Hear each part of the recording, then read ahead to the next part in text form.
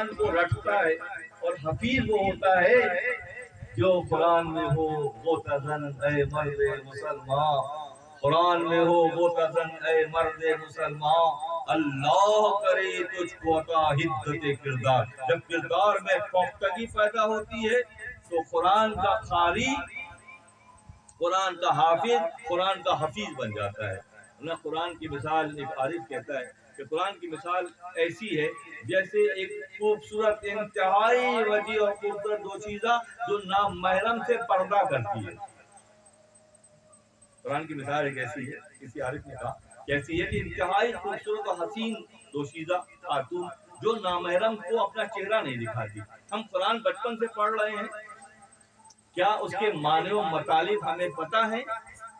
بالکل ریلیکس ہو جانے کی ضرورت ہے کہ یہاں آنا، اتنے دور دراز مقامات سے یہاں بیٹھ کر پوری مجلس کو اثر سے لے کر اس وقت سننا اور ویسے خالی خالی چلا جانا، یہ کوئی اچھا عمل نہیں ہوگا جب تک ہم تفکر نہیں کریں گے، جب تک ہم غور نہیں کریں گے، جب تک اپنے رب کو نہیں پہچانیں گے۔ اس کا مقصد کیا ہے؟ وہ ہمارا خالق ہے، اللہ العظیم ہے۔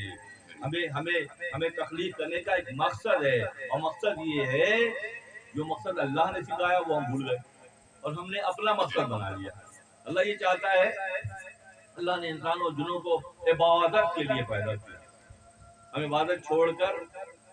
مشکلات میں الجھ گئے۔ جو مقصد ہے خدا کا، اس مقصد سے ہم ہٹ گئے۔ جو ہم کر حاصل کرنا چاہ رہے ہیں وہ ہمیں نہیں مل رہا، اور جو خدا ہمیں دینا چاہتا ہے اس طرف ہمارا شوق نہیں ہے، ہم دیکھ نہیں رہے ہیں۔ ہر کے خود بشناک یس دور شناک، جو خود کو پہچانے گا وہ خدا کو پہچاننے جیسا ہو جائے گا۔ یہ قرآن خود شناسی و خدا شناسی کا سبق ہے۔ اسی طرح مثنوی شریف خود شناسی، خدا شناسی اور گناہ شناسی کی کتاب کا نام ہے۔ تو یہ کتاب اور یہ بیان ایک لگن، ایک جذبہ، مشائخ کبار کی توجہ کہ اس دور دراز مقام پر حضرت مولانا سے منسوب یہ خانقاہ دراصل لوگوں کے دلوں کو جو نسل در نسل کے میل کی وجہ سے، خواہشات دنیا کی وجہ سے، اپنی ترجیحات و مفادات کی وجہ سے، اپنے شوق کی بنیاد پر جو مخلوق ہے خدا جمود کا شکار ہے، اس جمود میں ارتعاش پیدا کر کے روشنی پیدا کرنے کی کتاب کا نام ہے جو کہ مثنوی شریف ہے۔ وہاں بھی قصص ہیں،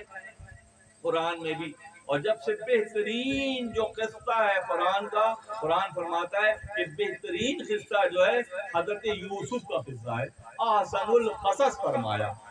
کہ تمام قرآن کے قصوں میں اللہ خود فرماتا ہے کہ سورہ یوسف بہترین قصہ، احسن القصص فرمایا۔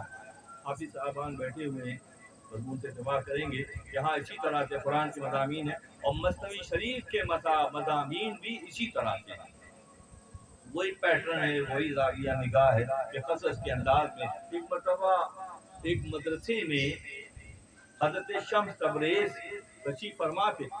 مدرسہ بچے قرآن پڑھ رہے تھے، حافظ صاحب قاری یاسین صاحب بیٹھے ہوئے تھے، اور شمس تبریز گوگڑی پوش سادہ سی شخصیت، دیکھنے والا کیونکہ نظر سے پہچان پیدا ہوتی ہے نا، یہ آنکھ کا ڈھیلا تو بیلوں کے پاس بھی ہے اور اونٹوں کے پاس بھی ہے نا، ہم سے بڑا ہے بھائی،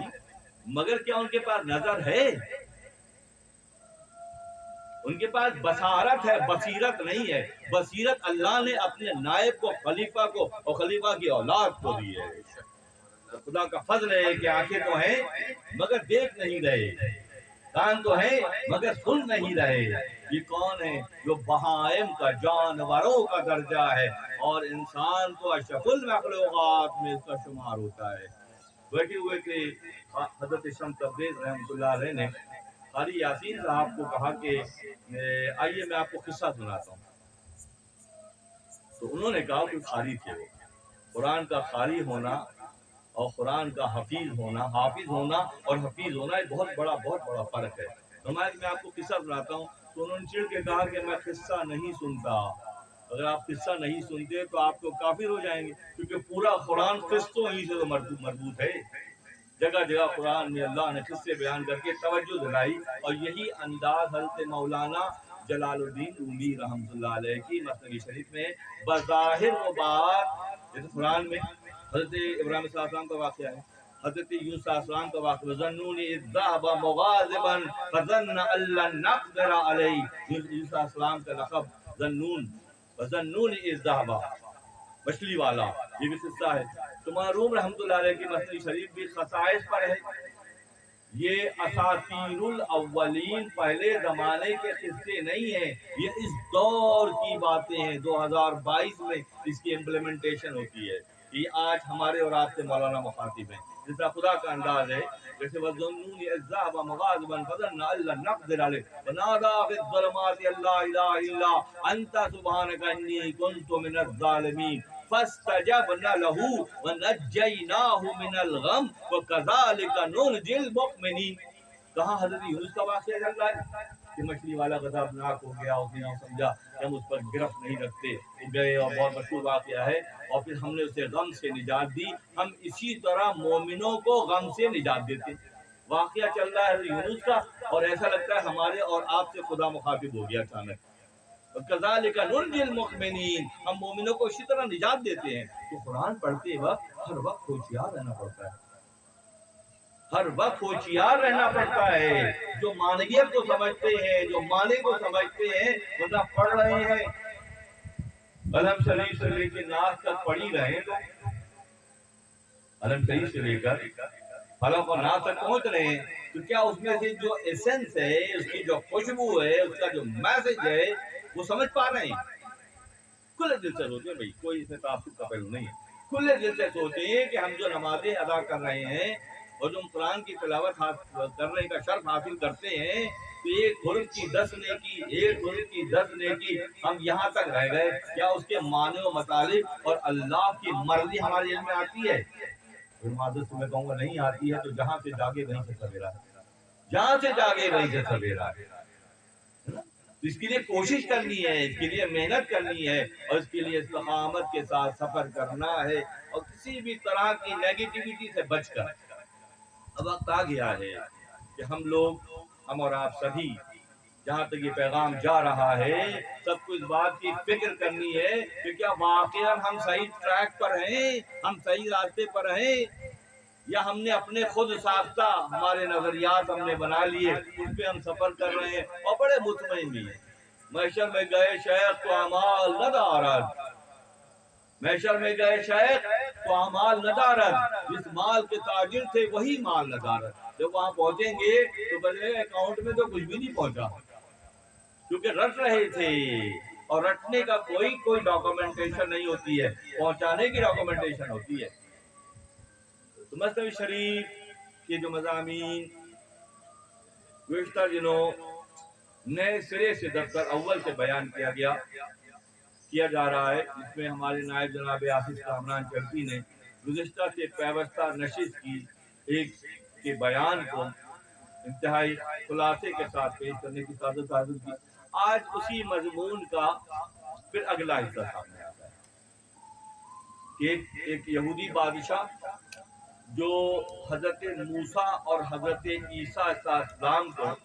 الگ الگ دیکھتا تھا، وہ خود یہودی دین موسوی پر تھا، اور وہ تعلیمات حضرت عیسیٰ سے روگردانی کرتا تھا اور دوئی کا شکار تھا، جبکہ نور کو پھاڑا نہیں جا سکتا، نور منتشر نہیں ہو سکتا، نور ہر حال میں نور رہتا ہے،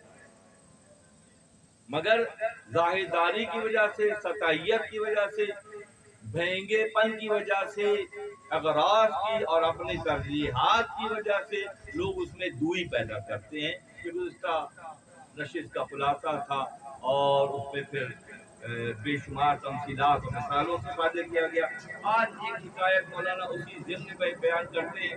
اور ہمیں ہوشیار رہنا پڑتا ہے کہ اچانک یہودی بادشاہ کا ذکر کرتے کرتے مولانا ہم سے اور آپ سے مخاطب ہو جاتے ہیں، اور اگر ہم جاگ رہے ہوں تو ایسا لگے گا کہ دل سے جو بات نکلتی ہے اثر رکھتی ہے، پر نہیں طاقت پرواز مگر رکھتی ہے، خاک سے اڑتی ہے گردوں پہ گزر رکھتی ہے، بات عام سی ہے مگر وہاں تک اس کی پہنچ ہوتی ہے۔ تو آج ایک اور حکایت جو معروم رحمۃ اللہ علیہ مثنوی شریف میں بیان کرتے ہیں۔